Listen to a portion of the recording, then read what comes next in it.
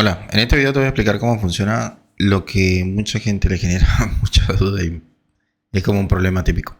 La caché de los sitios. Bien, hay distintas formas de explicarlo. Algunas dependen del servidor y otras de la navegación. Entonces tienes que saber cómo funciona todo el ecosistema para que tengas en claro el funcionamiento de caché. Primero vamos con la base estructural de lo que sería entenderlo en modo abstracto, ¿vale? Después de eso todo lo demás va a ser mucho más simple. Regularmente nosotros tenemos siempre un servicio que es el hosting. El hosting tiene el almacenamiento de tus páginas. Bien, entonces realmente aquí es donde estaría la información base de lo que tú vas creando, lo que vas construyendo, lo que la gente tiene que ver. Pero vas a ver que no siempre funciona de esa manera, ¿vale? Siempre la información base se va a compartir después en un punto que todos utilizamos y básicamente es el navegador. Este navegador puede ser cualquier navegador. O sea, en este momento literalmente utilizamos el que más te guste. Bien, hay distintas opciones de navegación. Y todos los navegadores tienen un funcionamiento diferente. Algunos navegadores tienen base Chromium, otros tienen base propia, entonces son diferentes. Los sistemas de navegación son diferentes. Y los navegadores funcionan basándose en dos datos. El primer dato es conocido como las cookies o las galletas, ¿vale? Y el segundo dato de navegación es conocido como el caché. O sea, la versión más actualizada de la información que tú puedas tener directamente compatible con tus sitios. Pero los hosting también tienen a su vez dos formas de presentar la información. Entonces está la información que es purgada, o sea, la información limpia, ¿vale? La información de purga. Y después tienen otra información que es la típica, que se llama la información de replicación, que regularmente se ve reflejada en algo que se conoce como los CDN. Básicamente son repetidores de señal. Es como colocar tu Wi-Fi, pero repetirlo con repetidores en la casa, ¿vale? Entonces vamos a verlo por las dos partes, ¿bien? Cuando nosotros hablamos del hosting, hay algo que se llama la purga de caché, la purga de información. Vamos a concentrarnos ahora en esta parte que es la purga de navegación. Entonces, vamos a verlo a nivel de hosting. Yo aquí, por ejemplo, tengo mi hosting, inicio sesión.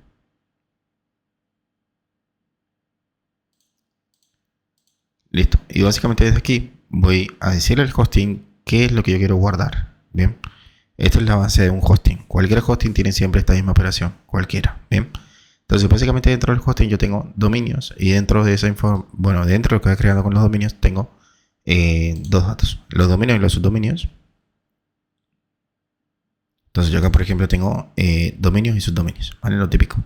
Entonces yo acá entro a dominios, por ejemplo, y dentro de mi paquete de instalación yo tengo el dominio principal, que estará aquí como lizardpages.com, ¿vale? El típico, bien. Y después tengo sitios que son independientes, que son los subdominios. Entonces, por ejemplo, yo entro aquí al apartado de subdominios y puedo tener cualquier cantidad de sitios, bien, que son diferentes al sitio principal. Pueden ser sitios para hacer pruebas o sitios para hacer otro tipo de locura. Entonces yo en este momento aquí tengo tres subdominios y un dominio principal. Y cada uno es independiente, funciona diferente entre sí. Entonces, ¿cómo sabe el servidor que yo tengo distintas cosas diferentes en distintos dominios o subdominios? Él lo sabe de una forma lógica. Entonces en el inicio del paquete aparece una carpetita de color azul, que es esta aquí, el administrador de archivos. Entonces él tiene que leer la información que está pública. Bien, eso es lo que hace el servidor. Entonces él puede leer la información que está privada y la información que está pública. La información pública regularmente está en una carpeta. En todos los desarrollos siempre los hosting tienen esto. Y es saber qué es lo que va a compartir públicamente dentro del sitio. Básicamente en mi hosting, ¿no? Entonces si yo entro a public HTML, listo. Entonces voy a empezar a ver aquí todos los archivos de mi compatibilidad del hosting con el dominio. Bien, que regularmente son todos estos archivos de aquí. Voy a desplegarlo en modo lista. Ahí está mejor. Entonces tengo lo típico, ¿no? Entonces yo podría tener por aquí wp admin, wp content, includes, access, index, php, licencias también. Podría tener lm.html, bien. Y pues tengo más opciones. Por ejemplo, el clone, las aperturas, los comentarios y demás.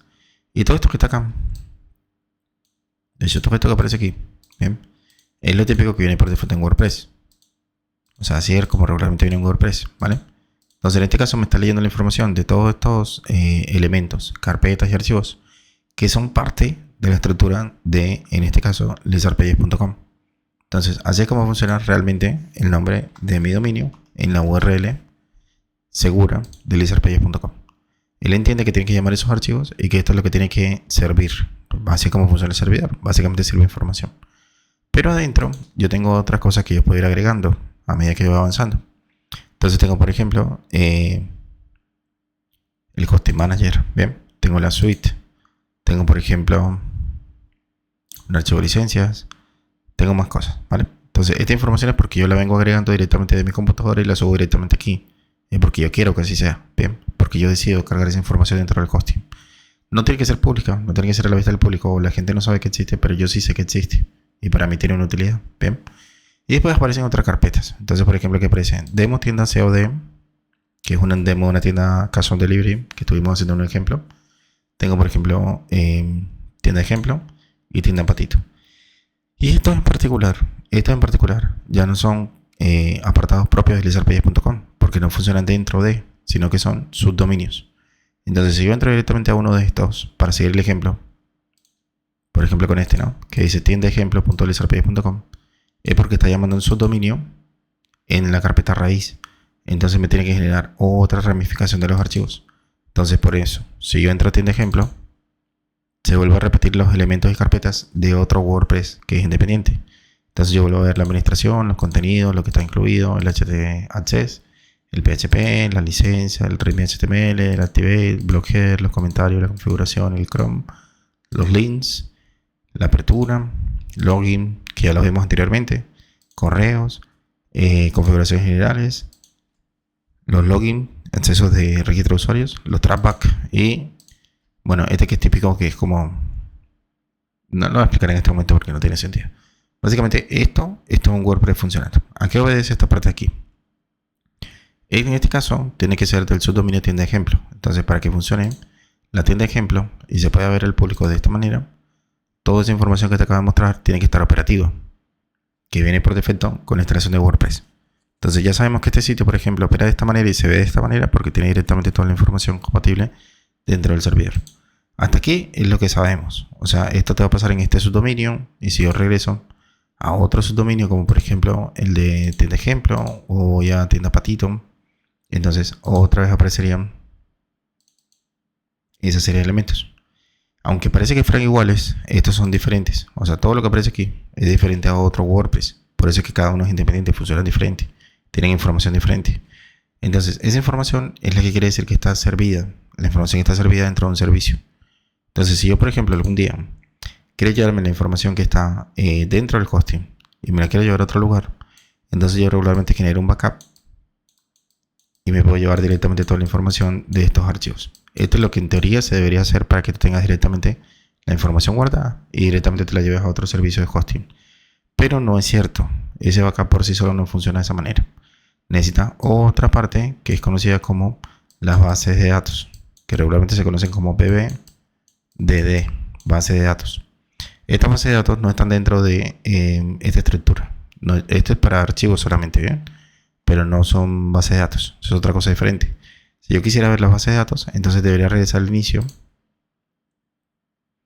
Y mi hosting tiene otra parte donde presenta las bases de datos. Son diferentes. Entonces, tú lo bajas regularmente en el paquete. Y tienen un sistema de lectura. Bien. Entonces, regularmente se entiende que todos los hosting trabajan con estos sistemas de lectura. Que puede ser, por ejemplo, el de MySQL. Bien. O el de MyAdmin. Entonces, son los controles de PHP para un CMS como el caso de WordPress. Si entro, por ejemplo, a este de aquí, PHP me puede controlar la base de datos de los dominios y de los subdominios. Entonces se generan regularmente unos números lógicos, como en este caso 85, 84, 83, 86, según la instalación como yo la vaya haciendo y la fecha. Entonces, este, por ejemplo, controla tres bases de datos. Aquí tengo una base de datos, aquí tengo otra base de datos y aquí tengo otra base de datos. Entonces, básicamente yo puedo iniciar sesión y me llevaría directamente a la lectura de la base de datos. Y eso puede controlar distintas cosas.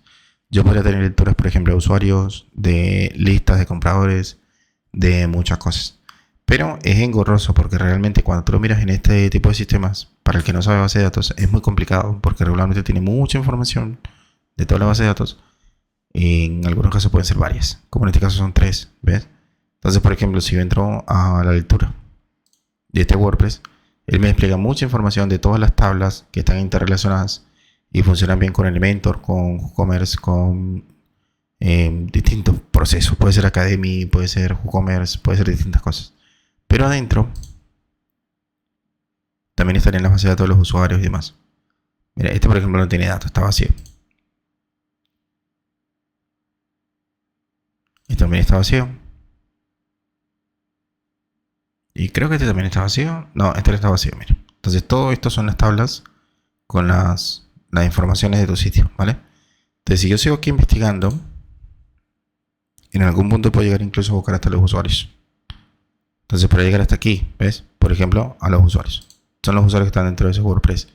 Y desde aquí podría ver las capas de compatibilidad y de seguridad de todo WordPress. Entonces, por ejemplo, aquí tengo un usuario, ¿ven? Y aquí tiene un pass, ¿ven? Pero esta contraseña no es algo que puedo utilizar, sino que tendré que editarla en el tipo de protocolo que funciona para WordPress. Esto ya lo expliqué anteriormente. O sea, si yo paso directamente a ver la información en recuperar acceso a WordPress, que yo les hice ese video a ustedes, entonces vas a ver que esta información replica algo que se llama MD5, que es la forma de recuperar usuario y contraseña cuando no sabemos cómo funciona dentro de WordPress tu usuario y contraseña. Solamente conoces la URL o conoces el dominio o el subdominio de tu sitio. Entonces con esto lo puedes recuperar. Entonces simplemente sería como un cambio en PHP, ingresando a MyAdmin, buscas el apartado de la tabla de usuarios y dentro se pasa a editar. Listo. Después de eso, pues ya la compatibilidad del usuario y de la contraseña pasaría a una estructura de capa de usuario leído como MD5. Entonces esto cambia la variable y el modo de lectura. Entonces cuando yo coloco aquí cualquier cosa, él la transforma al modo de encriptación MD5 y después yo confirmo. Entonces lo que yo pongo aquí va a ser compatible después cuando yo quiera iniciar sesión como administrador, ¿vale? Entonces esto es importante porque ya tienes en claro cómo está funcionando el sitio. Listo, ahora que tenemos esa parte en claro, entonces ya podemos pasar a la siguiente parte. Ahora ya sabes que el hosting puede servir información de WordPress en su modo backup y de base de datos. Entonces guarda mucha más información de la que parece. Realmente es un sistema de disco duro que está guardando información. Pero ¿cómo se purga la información de ese sistema de hosting? Regularmente hay sistemas compatibles para que tengan purga de caché. En nuestro caso tú lo vas a relacionado acá arriba con lo que se llama la purga de caché. Bien, que es directamente un plugin que viene aquí instalado como Stack Caché. Si tú vas al apartado de plugins, realmente aquí no aparece la opción Stack Caché. No te aparece aquí como un plugin que tú puedas decidir instalar o desinstalar. Simplemente existe. Bien. Y si tú entras a Stack Caché, entonces aparecen las configuraciones. Entonces tú aquí podrías configurar, purgar todo lo que está en la navegación y directamente pasaría por el servidor y después pasaría a los replicadores que son los CDNs. Entonces él dice, ok, ya limpiamos, hicimos una purga dentro del ecosistema del hosting y ahora va a empezar a hacer los cambios en los CDN, o sea, los replicadores a nivel mundial. Y de esa manera puede tardar incluso una media hora en, ¿qué te lo dice? Por favor, espera algunos minutos hasta que todas las cachés estén limpias globalmente. Entonces pasaría por muchos replicadores hasta que se purgue oficialmente. Y eso puede tardar directamente media hora tranquilamente. Depende del peso de tu sitio, ¿vale? Y después tienes configuraciones típicas como la opción caché dinámica, la opción de imágenes, la opción de JavaScript, las de código HTML y CSS. Y después tienes aquí las configuraciones típicas que son actualizaciones automáticas, ocultar la purga del enlace que aparece acá arriba, deshabilitar el tag caché o cambiar para editores también y modificar por acceso de usuarios. Esto no deberías modificarlo porque realmente no hace falta. Está preconfigurado con todo lo necesario para que funcione en el hosting. Bien. Pero tienes que saber que también tienes opciones aquí de configuraciones generales, de configuraciones un poquito más específicas y otras que son exclusiones de caché, por ejemplo, para login o admin o fechas, ¿vale? Tú puedes cambiar las reglas, agregar nuevas reglas de caché, puedes hacer modificaciones. Yo no les voy a enseñar en este momento cómo se hace toda esta parte de locura de aquí, porque realmente no es parte de este curso. O sea, es solamente para saber que existe. Esto mismo que estamos viendo en este momento, que sería la purga de caché y el stack caché, es parte de la compatibilidad que ya viene con el hosting. Ya viene preparado para que funcione de esta manera. No importa si haces un sitio web, una academia, una tienda, no importa. Por nosotros siempre funciona exactamente igual. Listo, entonces ya tenemos esta parte entendida, ¿no? Entonces tenemos ahora la purga y la compatibilidad de purga con los CDN, o sea, los replicadores. ¿Cómo sabemos entonces que esto está funcionando dentro del hosting? Lo sabemos a través de un dominio. Entonces tenemos distintas formas de saber cómo es compatible el servicio de dominio a través de lo que ustedes conocen como la IP. Para hacer un ejemplo, yo voy a buscar aquí directamente, ingresar a mi hosting. Voy a iniciar sesión nuevamente. Y después de que inicie sesión te voy a mostrar algunas herramientas. Entonces yo por acá tengo 4 herramientas que guardé para ustedes. 1, 2, 3 y 4. Ahora te voy a explicar cómo funciona. Entonces yo aquí tengo un paquete que, si puedes ver, está como seguro y aparece como lizardpages.com. Entonces si yo entro a este paquete, el hosting me va a reflejar una información que es vital para mí. Es la información de compatibilidad con los DNS y con la IP. La IP directamente la puedes ver aquí. Está en la parte derecha del sumario. Entonces yo tengo que mirar que mi replicación de datos esté dirigida a esa IP que está dedicada a mi paquete. Entonces en este caso tengo este número de IP. Entonces voy a colocarlo por aquí. Y puede ver que ese es mi número de IP, ¿vale? Y los DNS típicos para nosotros son iguales para todos los usuarios. Para todos los usuarios se puede cambiar la IP, pero el DNS es exactamente igual para todos. Entonces, yo por acá voy a buscar directamente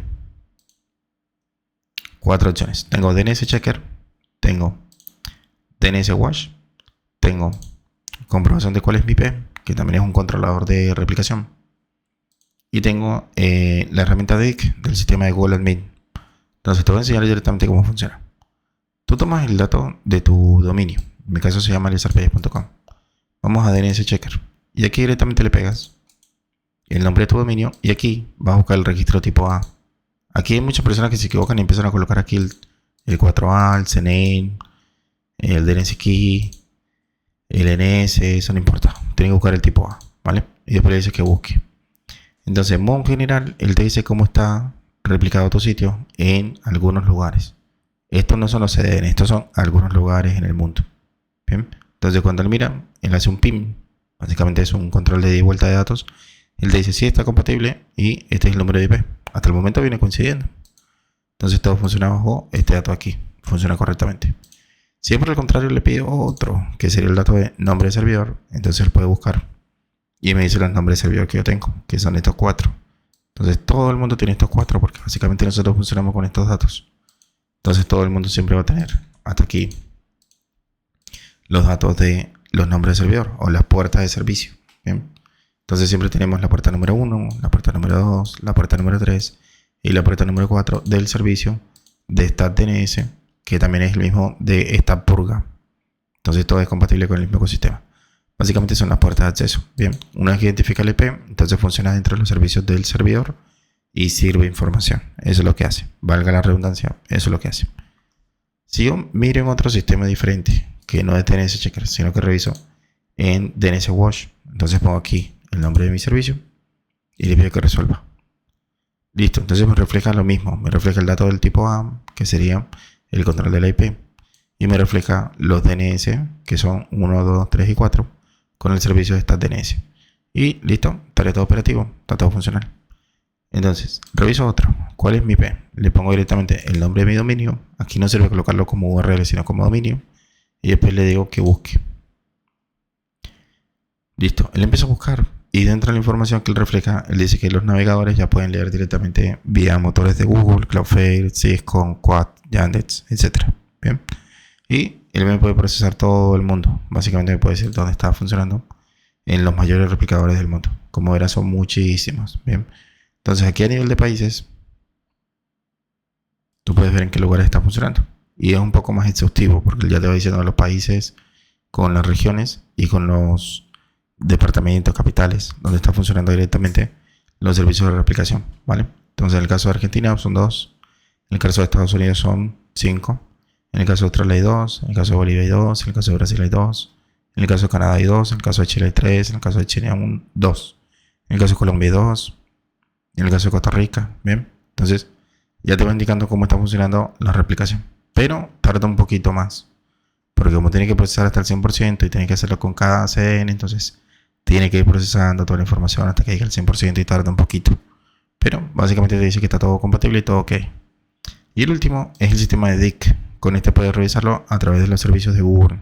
Entonces pones el nombre de tu dominio y listo. Él te dice, mira, estamos reflejando los nombres de servidor número 4, 3, 2 y 1.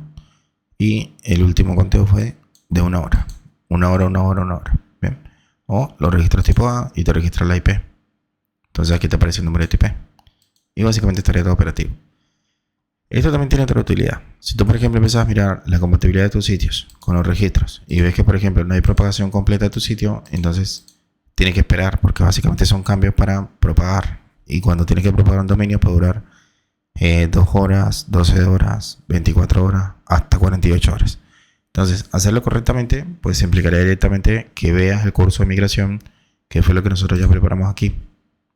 Ustedes ya tienen el control de migrar, ¿vale? Está explicado con los 5 videos de migración. Este es el proceso típico para las personas que van a hacer migración, de la teoría, de los backups, de los paquetes, de la propagación y de importación. Esta es la fórmula de, bueno, lo más básico, básicamente es para poder migrar. Bien. Entonces, teniendo estos controles que son de parte del servidor, ahora tú tienes los otros que son los de navegador. Los de navegador son un poquito diferentes, porque los navegadores funcionan basados en tiempos, tienen una lógica de funcionamiento. Entonces, los navegadores regularmente vienen de algo anterior, que hay mucha gente que lo pasa por alto, no sé por qué, pero mucha gente lo pasa por alto. Y es, por ejemplo, si tienes una PC, o si tienes un celular, o un móvil, ¿bien?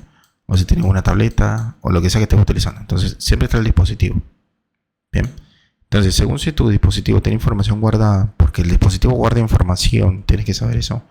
Entonces, si tienes, por ejemplo, la computadora prendida una semana, 3 días, 15 días, y nunca apagas la computadora y nunca reinicia la computadora, él sigue pensando que estás trabajando con DMIP, con el mismo modem, con el mismo servicio de internet, con el mismo wifi, con los mismos datos.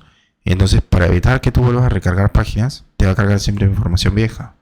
O sea, es lo más típico que hacen los dispositivos. No tienden a buscar información nueva, sino vamos a traer lo viejo porque es lo que ya tengo y es lo más rápido para que cargue en tu dispositivo. Eso es lo más típico. Entonces, la primera recomendación es que el móvil, la PC y demás, tú cada tanto le des una reiniciada, los apagues y los prendas otra vez. Eso la mayoría de las veces resuelve los problemas, pero hay mucha gente que no sabe eso. La PC también se puede apagar, el móvil también se puede apagar y las tabletas también se pueden apagar y volver a prender. No se te va a acabar el dispositivo para apagarlo y prenderlo. Tienes que saber que eso funciona así. Vamos a suponer que tú, en algún punto, haces un control de tu IP. ¿Bien? Tú escribes en internet, ¿cuál es mi IP? Listo.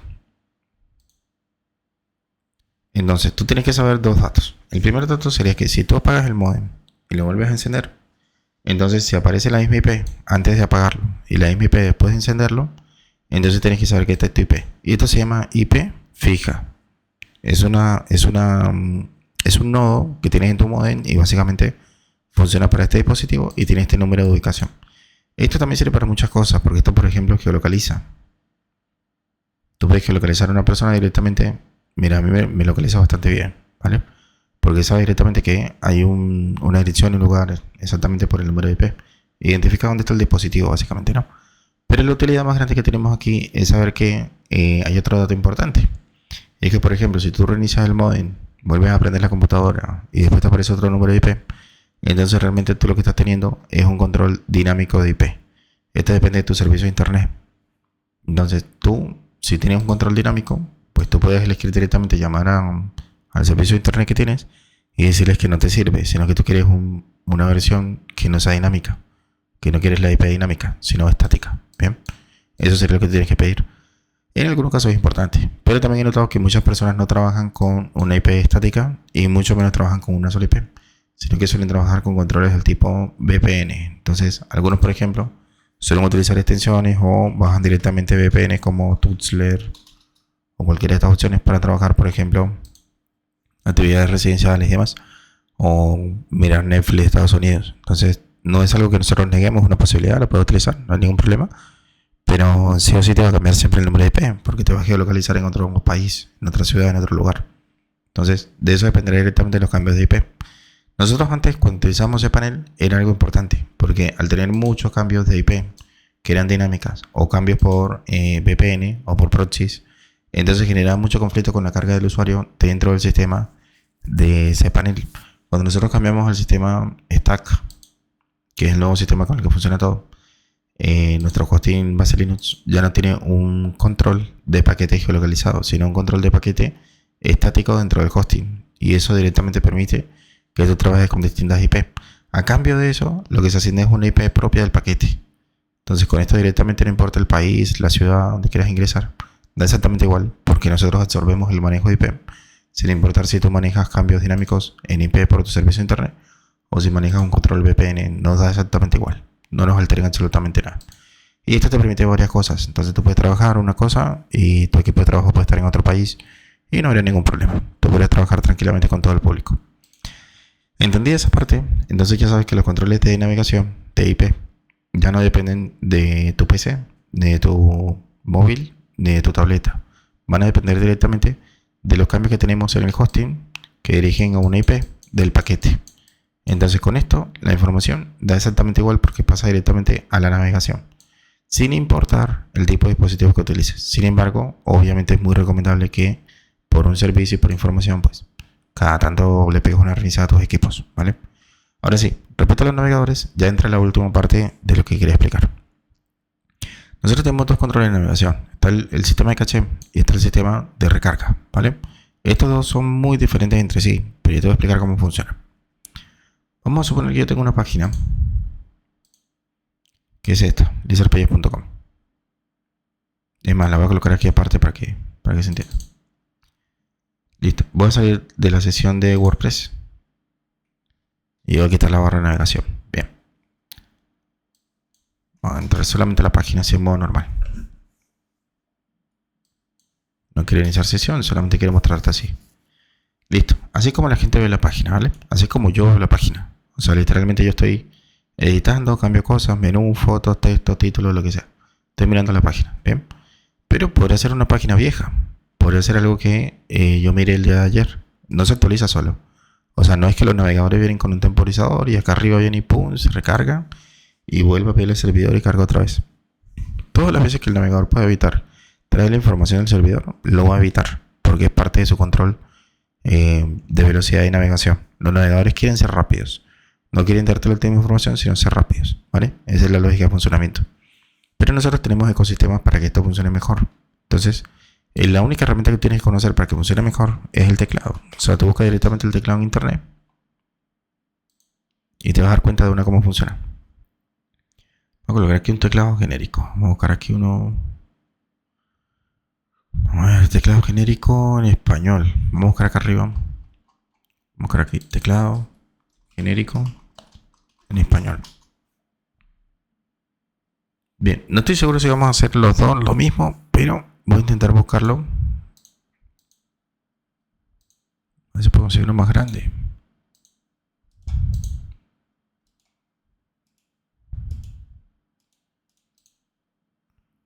Bueno, este me podría servir.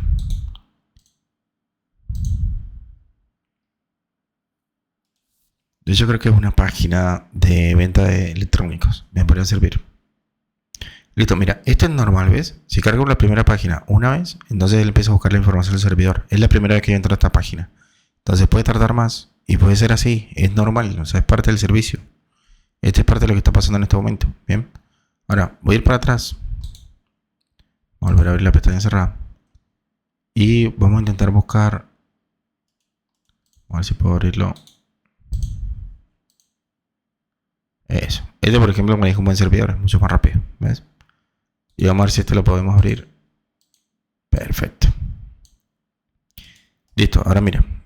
Hay trucos pequeños que están en el teclado, pero te van a servir muchísimo. Entonces, el primer truco es que la página que se está sirviendo, tú la puedes controlar con la parte de acá arriba, que esto es recarga de página. Y esto que yo acabo de hacer con darle clic aquí en actualizar, es lo mismo que utilizar el botón que aparece acá arriba que dice F5. Es esta misma cosa que aparece acá arriba. El F5 es una actualización de la página. Es simplemente actualizar la página. No significa que vuelva a pedir la información del servidor. Simplemente me actualiza la información que yo tenga en el navegador. Puede ser información vieja, pero es una forma rápida de cargar la información. Ahora hay sistemas compatibles que ya directamente destacan si hay información, por ejemplo, en algunas secciones que tiene que actualizar y en otras no. Entonces, funciona muy bien. Entonces, podría traer información de servicio dentro de la navegación y traer información nueva dentro del servidor. Es un sistema compatible. ¿Bien? Dependerá de cómo se configura la página para la lectura de los códigos, de los iframes, de los CSS, de los HTML, del JavaScript, etc. ¿Bien? Depende de muchos factores. Pero en general, digamos que es la primera y es como la típica, la que todos usamos, pero no siempre es la que funciona. Esa es la versión típica. Bien. Hay una segunda forma que es un poquito más compleja, pero te sirve mucho y es la siguiente. Tú puedes darle clic derecho a la página y puedes dar clic aquí donde dice inspeccionar. Bien. Y si no lo quieres hacer con clic derecho en la página y pedirle inspeccionar para que te abra toda esta parte aquí, entonces tú puedes directamente utilizar otra flecha que es esta aquí, F12. Entonces, si tú aplicas F12, se activa esta parte lateral o se desactiva. ¿Ves? Es muy sencillo. Listo. Ahora que tienes esta parte de F12 activa, esta que dice aquí F12, entonces tú vas a tener aquí una opción que tiene muchos comandos. Aquí de hecho hay lecturas de muchas cosas. Aquí tienes desde seguridad, performance, tienes también, si quieres buscar aquí, opciones de Loghouse para buscar directamente cómo está el performance de tu sitio, la velocidad y demás. Puedes cambiar entre dispositivos para pasar a móvil, a desktop, para analizar la precarga de tu sitio. Puedes ver los elementos, puedes ver la consola, puedes ver la red, puedes ver todo. Básicamente aquí te dice todo lo que está funcionando a nivel de experiencia de usuario y a nivel de creación de sitios. Regularmente nosotros lo utilizamos para ver cómo se vería un dispositivo móvil. Regularmente aquí tienes la opción de cambiar entre distintos celulares y ver cómo está quedando la experiencia responsive. Pero también tiene otra utilidad que es muy importante para ti. Esta flechita ahora no solamente cambiaría para recargar la página. Ahora tú le das clic derecho y te aparecen tres opciones. La típica, que es la carga normal, control R, que es la que ya vimos con F5, y la mismo control R, ¿vale? Y después las otras dos, que estas son un poquito más fuertes. Entonces la segunda, que es un poquito más avanzada, es control shift R. O sea, básicamente es control, shift y la tecla R, ¿vale? Entonces con esta opción, tú aplicas control shift R y se hace una limpieza de cookies. Entonces esto sí es de manera obligada traer la información del servidor, ¿vale? Y después tienes otra que es una especie de control flush. Es una limpieza un poco más fuerte, que es la tercera que aparece aquí. Va a hacer la caché y cargar de manera forzada.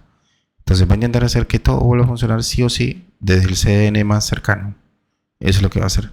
Entonces en mi caso, si yo le pido de manera forzada, él buscaría los replicadores de Argentina o de Brasil y me trae la información nuevamente. Pero fíjate que este ya no tiene abreviatura. O sea, tiene que esperar, tarda un poquito más y vuelve a cargar un poquito más lento, ¿no? Tiene que tardar en la información en llegar, ¿vale? Pero este no lo puedo buscar en el teclado. No es que tenga un pasado de caché y volver a cargar de manera forzada con una combinación. Por eso es que uno se acostumbra muchísimo a utilizar el intermedio, que es el control shift R. Entonces casi siempre uno se acostumbra a eso porque básicamente el control R no sirve para nada y el control shift R es un poquito más potente. Pero ya si lo ves complicado, tienes que utilizar este que es el vaciado de manera forzada. Quitamos F12 y regreso. Hay otro control que por ahí tú no conoces, pero es importante y básicamente es cuando lo haces en ventana incógnito. Entonces yo para copiar la URL me paso directamente a ventana incógnito y comparo cómo se ve el sitio. Entonces cuando entro la primera vez navegación incógnito, siempre la información va a venir del servidor. No viene de navegación, sino que busca desde el servidor traer la información. Y esto sí sería lo último de lo último. Es lo que realmente en este momento viene desde el servicio del navegador y los CDNs. Viene directamente del hosting, funciona correcto y yo estaría seguro de que esto es lo último que está viendo la gente, no lo que tú estás viendo aquí. Si tú lo ves aquí, es tu navegador frente al mundo. Si lo ves en ventana incógnito, es diferente. Esto es lo que sí está viendo la gente. Entonces las mejores pruebas que puedes hacer siempre son en la ventana de incógnito, ¿sí?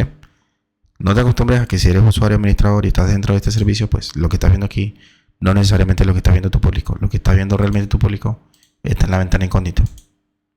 Esta es la mejor prueba. Ahora, si tú lo puedes hacer de esta manera y empezar a probar otros navegadores y otros dispositivos, vas a saber cómo es realmente la experiencia de los usuarios. Listo. Ahora creo que ya tenemos claro todo el proceso. Entonces ya sabes lo que son las cargas y sabes lo que son las recargas, ¿vale? Entonces ya tienes el control de caché y ya tienes los controles de navegación. Con esto ya tienes el dominio completo de lo que son los sistemas de purga y navegación. Y básicamente, pues, me queda solamente darte un último regalito. ¿Cuáles son los navegadores que yo más utilizo? Yo le expliqué en otra serie anteriormente, pero ahora te voy a dejar como el dato para que te lo tengas claro. Yo regularmente utilizo Chrome, que es este aquí, un navegador que todo el mundo conoce. Después tenemos Brave, que es un navegador que todo el mundo utiliza. Este aquí, bien. También utilizo Arc, navegador.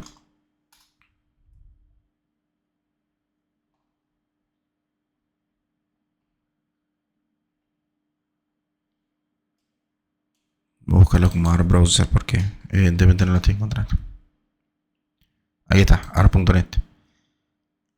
También utilizo otro que se llama Opera GX, que me gusta muchísimo. También utilizo Comet, que me gusta mucho también. Este aquí. Aunque, no, es este aquí, el de Perplexity. Bien. que está muy bueno con IA y todo.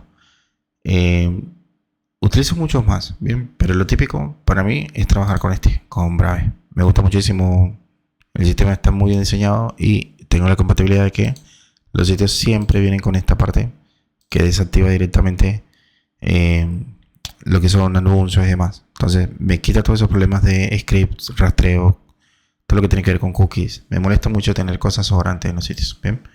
Y lógicamente funciona muy rápido, ¿bien? Este es el primero para mí, es el más importante.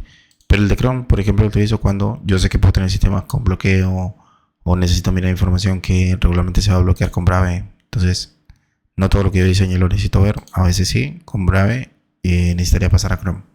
Después el de Arc, porque básicamente tienen unos controles. Es muy bueno, es muy potente para ver todo lo que es el diseño y la compatibilidad y demás. Opera, porque ya es un poco gamer, entonces me gusta un poquito para lo que es la música y demás. Y el de Comet cuando hago investigación profunda. Entonces me gusta muchísimo porque básicamente son los navegadores más potentes que hay. Ahora que tienes eso en claro, pues básicamente ya sabes que es importante el navegador y es importante también el hosting, porque básicamente esto es lo que hace que tengas un excelente desarrollo y de cara al diseñador, el hosting tenga un excelente performance, seguridad, pero también respecto a las personas que navegan en tu sitio tengan también excelente seguridad y performance. Entonces son siempre compatibilidades de producción, ¿vale? Desde aquí parte todo lo que es navegación, CDN y básicamente la purga de caché. Listo, creo que hice el explicativo más grande que podía hacer sobre esto. Ahora sí vamos a lo siguiente.